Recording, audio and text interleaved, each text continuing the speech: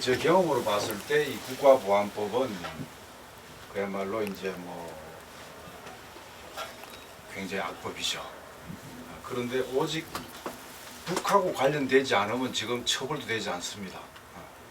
80년대, 90년대 초반까지는 마르크스 레닌주의를 주창하면 처벌받았습니다. 그런데 중국 특색 사회주의를 찬양한다고 해서 처벌 안 받잖아요. 지금 쿠바나 베트남도 사회주의인데 오직 북을 관련한 책을 가지고 있거나 이러면 이제 이적 표현물 소지, 읽으면 탐독, 그리고 나눠주면 이제 반포, 그다음 만나면 회합, 이메일 주고받으면 통신, 그다음에 이제 어려운 형편에 용돈이라도 주고받으면은 금품 수수 이렇게 해서 이제 그리고 몇 사람 모여가지고 뭐 북 바로 알기 차원에서 논의를 하면은 가뜩하면 이적 단체가 될 수도 있습니다. 그래서 오직 이제 한 군데만 남았다는 거죠. 그래서 방금 그 토론하신 분이 이 이름이 어떻게 됐든 간에 미국 간첩, 중국 간첩 이런 걸 다 산업 스파이 이런 것도 다 규제할 수 있도록 새로 무슨 국가보안법을 만들더라도 오직 북을 주적으로 삼아서 적대성을 촉진하고 자기 검열하게 하고 이 표현의 민주주의 자유를 말살하는 이 법은 없어지는 게 좋겠다 하는 생각인데요.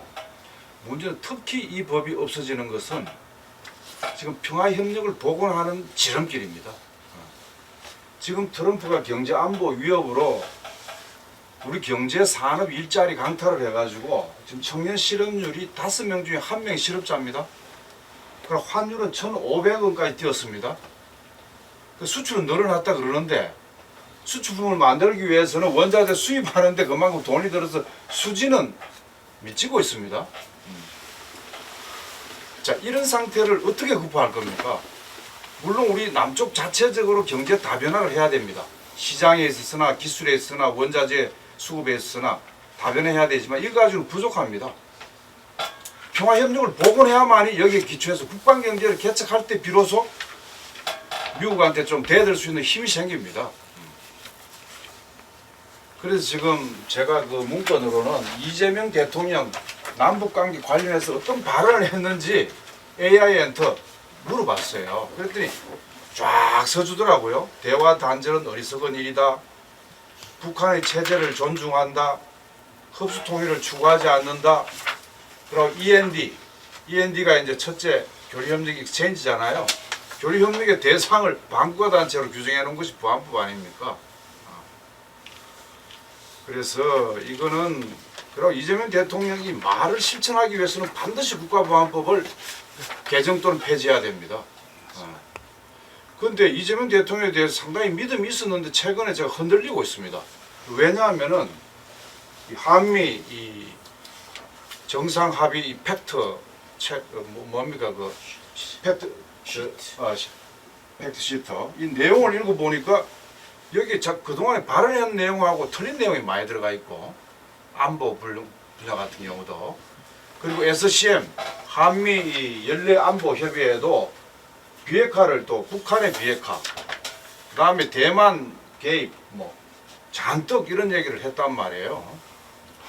도대체 이 양반이 옛날 얘기하고 지금 얘기하고 완전히 좀 다른 게 있다 흔들리는데 그런데 정작 이재명 대통령이 성공한 정부가 되려면은 이 트럼프의 경제 안보 이 약탈 위협에 대해서 극복해야 되거든요. 그렇지 않으면 경제가 타격이 있고 그러면은 국민이 불만을 가지게 되고 그렇다고 해서 이재명을 대체할 수 있는 진보개혁 세력이 대한 세력으로서 충분하지 않은 조건에서 국힘이 정권 탈환하지 않는다는 보장이 있습니까? 그래서 정말 자기가 살기 위해서라도 이재명 대통령이 뱉은 말에 대해서 법적 책임을 져야 된다. 이것이 국가보안법 개정이라고 이렇게 생각을 하고요. 개폐라고 생각하고 특히 김정은 위원장이 아주 분명하게 얘기를 했습니다. 북미 관계 개선의 조건은 두 가지입니다. 하나는 핵보유국 인정하고 대북 적대 정책을 폐기하라는 겁니다. 적대 정책은 또 두 가지입니다. 군사 연습을 중단하는 것과 경제 제재를 해제하는 겁니다. 물론 인권 소동, 대북 인권 시비 이런 것도 있습니다만은 뭐 이런 건 잔잔한 얘기고 요번에 유엔의 대북 인권 결의안에 공동 제안국으로 한국 이름이 들어갔어요. 김대중, 노무현, 문재인 때 이런 일이 없었습니다. 이명박, 박근혜 때 공동 이름이 들어갔거든요. 왜 이런 실수를 하는 건지, 이 이재명 재가를 안 하고 외무부에서 그 친미 분자들이 그냥 한 것인지 사인한 것인지 이거 조사해 봐야 된다. 이런 것들이 남북 관계를 파탄시키고 신뢰를 손상시키는데, 그래서 미국에 대해서는 그런 조건을 갖다 댔지만 남쪽에 대해서는 훨씬 더 엄격한 조건을 갖다 댔어요. 그것도 아주 구체적으로 얘기를 했습니다. 이렇게 얘기했습니다. 남쪽은 정치 군사적으로 식민지인데 식민지하고 통일하란 말이냐, 이런 얘기를 했습니다. 그리고 헌법 3조에는 영토 조항이 대한민국 땅은 한반도와 그 부속돈처로 구성한다 그래가지고 북쪽 전체를 대한민국 땅으로 규정해 놨어요. 이걸 흡수 통일을 안 한다고 한 말하고 틀리지 않습니까? 4조에는 자유민주 기본질서 입각해서 평화 통일 정책을 한다. 또 자유민주. 그래서 근데 헌법 개정은 보안법 개정보다 어렵지 않습니까? 3분의 2가 돼야 되고 국민투표 붙여야 되고. 근데 보안법은 과반수면은 개정할 수 있지 않습니까? 그렇기 때문에 이재명 대통령이 지금 지지율 60% 나오더라고요. 그래서 국회에도 다수당입니다. 그리고 조국혁신당, 진보당 다 그 동의할 거니까, 용해인이 기본소득당 다 싹 동의할 거기 때문에 작심하고 보안법을 손을 대면은 북쪽에서 신뢰를 갖게 될 겁니다. 그래서 그러면은 북미 관계를 촉진시킨다 그랬는데 피스메이커 해라, 페이스메이커 하겠다 그랬는데 페이스메이커 어떻게 할 건데, 이런 걸 좀 해가면서 지렛대를 가지고 북미 관계를 촉진시켜야죠. 내년 3, 4월에 북미 정상회담 될 것 같다고 또 이제 우리 국민들 잔뜩 기대, 희망 고문을 하고 있는데 천만의 말씀입니다. 미국 내부가 정돈이 안 되고 있어요. 요번에 장성 20명을 숙청했다 그러는데 800명 끌어모아가지고 급조지 않습니까? 20명 꼴랑 숙청했다고 그러고, 이 네오콘을 제압을 못합니다. 분쟁이나 전쟁을 일으켜서 이윤을 챙기는 네오콘 요소에, 그리고 트럼프 2기에도 그 잔뜩 들어와 있다는 거 아니에요. 미국을 내부 정돈하지 못하는 상태에서 트럼프의 생각을 실천할 수가 없습니다. 내년 3, 4월 달에 안 될 수가 있어요.